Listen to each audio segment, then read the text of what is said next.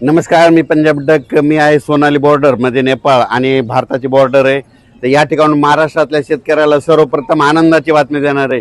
महाराष्ट्रातल्या सर्व शेतकऱ्यासाठी आनंदाची बातमी. यावर्षी महाराष्ट्रातल्या शेतकऱ्याची मिरगी पेर होणार आहे, म्हणून ही सर्वप्रथम शेतकऱ्यासाठी आनंदाची बातमी.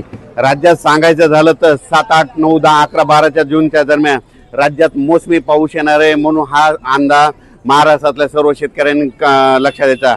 आजच्यानं कंप्लीट आज आहे 28 मे 2026. आजपासून कंप्लीट 9 दिवस शिल्लक राहिले शेतीचे कामे करण्यासाठी.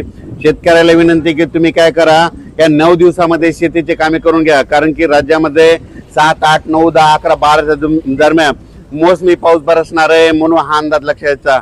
आणि सर्वप्रथम सांगू इच्छितो की राज्यामध्ये सांगायचं झालं तर की हे जे मोसमी पाऊस आहे, तर खरं तर पहिलं तर काय होणार आहे, 31 मे पासूनच 31 मे 1, 2, 3, 4, 5 जूनच्या दरम्यान मध्ये पूर्व विदर्भ, काही भागात पश्चिम विदर्भ, दक्षिण महाराष्ट्र, उत्तर महाराष्ट्र, कोकणपट्टी, खानदेश, मराठवाडा सगळीकडे काय होणार आहे, काही भागामध्ये 1 जूनला येईल, काही भागात 2 ला, काही 3 ला, काही 4, 5, 6, 6 जून पर्यंत दररोज वेगवेगळ्या भागात चांगला जोराचा पाऊस पडणार आहे, म्हणून हा अंदाज महाराष्ट्रातल्या शेतकऱ्यांना लक्षात यायचा.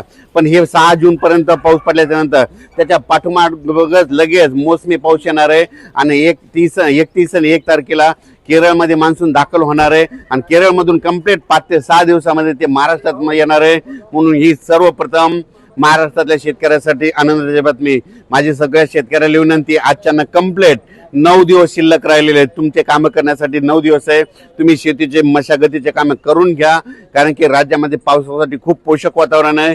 इतकं वातावरण असं कधीच पोषक नसतं, पण काय झालं, यावर्षी उन्हाची तीव्रता जास्त असल्यामुळे यावर्षी खूप पोषक वातावरण तयार झालं. आणि यावर्षी सगळ्यात महत्त्वाचं यावर्षी लवकर पेरणीचा योग आहे, मिरगी पेर होणार आहे.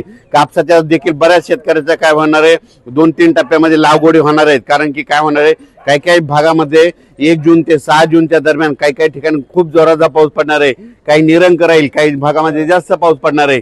म्हणून हा अंदाज महाराष्ट्रातल्या सर्व शेतकऱ्यांनी लक्षात घ्यायचा. तेलंगणा, कर्नाटक आणि मध्य प्रदेशच्या शेतकऱ्याला सांगू इच्छितो की तुमच्या इकडे देखील काय होणार आहे की यावर्षी लवकरच पाऊस येणार आहे. खरं तर तेलंगणा आणि कर्नाटकमध्ये यावर्षी लवकर पाऊस येणार आहे, म्हणून हा अंदाज तेलंगणातल्या सर्व शेतकऱ्यांनी लक्षात घ्यायचा. कर्नाटकच्या देखील सर्व शेतकऱ्यांनी अंदाज लक्षात घ्यायचा. आंध्र प्रदेशच्या शेतकऱ्यांनी देखील अंदाज लक्षात घ्यायचा आणि आपण आपल्या पेरणीचं नियोजन लावायचं. सांगायचं झालं तर यावर्षी सगळ्यात महत्त्वाचं म्हणजे एवढं पोषक वातावरण कधीच नसतं, पण यावर्षी सगळ्यात चांगलं वातावरण आहे. मी म्हटलं होतं ना, 2026ला शेतकऱ्याची पिकं चांगली येणार. ज्या वर्षी पेरणी लवकर होते त्या वर्षी शेतकरी मालामाल होतो, म्हणून हे लक्षात घ्यायचं. शेतकऱ्याला एक सांगू इच्छितो की यावर्षी देखील काय होणार आहे, ज्यांनी जर गडबड केली तर त्यांच्या काय होणार, 3 म्हणजे लवकर पेरणी होतील. मध्ये 7, 8, 9 ते मध्ये 15 पर्यंत काही जणांच्या पेरण्या होतील. त्याच्यानंतर काय होईल, 17, 18, 19च्या दरम्यान एक पाऊस येईल, त्याच्यामध्ये काय जाण्याचे होते. त्याच्यानंतर 25 ते 30 मध्ये एक पाऊस येणार, मोसमी पाऊस त्याच्यामध्ये होतील. आणि याच्यातून जर काही उरले तर मग ते 7 जुलैच्या दरम्यान जाते. पण यावर्षी मात्र पेरणीचा खूप चांगला योग आहे, म्हणून अंदाज लक्षात घ्यायचा.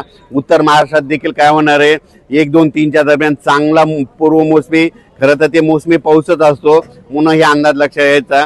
म्हणून हे लक्षात घ्यायचं, चांगला पाऊस पडणार आहे.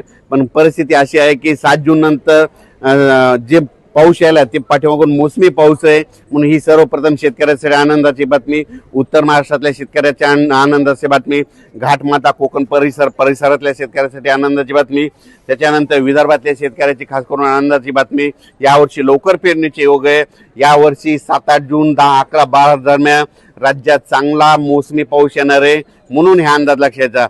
पण हे मोसमी पाऊस येण्याच्या अगोदरच 31, 1, 2, 3, 4, 5, 6 जून पर्यंत दररोज महाराष्ट्रातल्या वेगवेगळ्या भागामध्ये विदर्भ, पूर्व विदर्भ, पश्चिम विदर्भ, दक्षिण महाराष्ट्र, उत्तर महाराष्ट्र, कोकणपट्टी, खानदेश दररोज वेगवेगळ्या भागात विखुरलेल्या स्वरूपाचा पाऊस पडणार आहे, म्हणून हा अंदाज सर्व शेतकऱ्यांनी लक्षात घ्यायचा. अचानक वातावरण बदल झाला तर लगेच एक मेसेज दिला जाईल. आणि हे जे अंदाज दिला आहे हे मी दिला आहे आपले सोनाली बॉर्डर, म्हणजे इकडे आता हे जे नेपाळ आहे याच्या 1 किलोमीटरच्या बाजूला आपला भारत लागतो आणि या ठिकाणी अंदाज दिलेला आहे. आणि याच्यानंतर परत एक अंदाज दिला जाईल. धन्यवाद.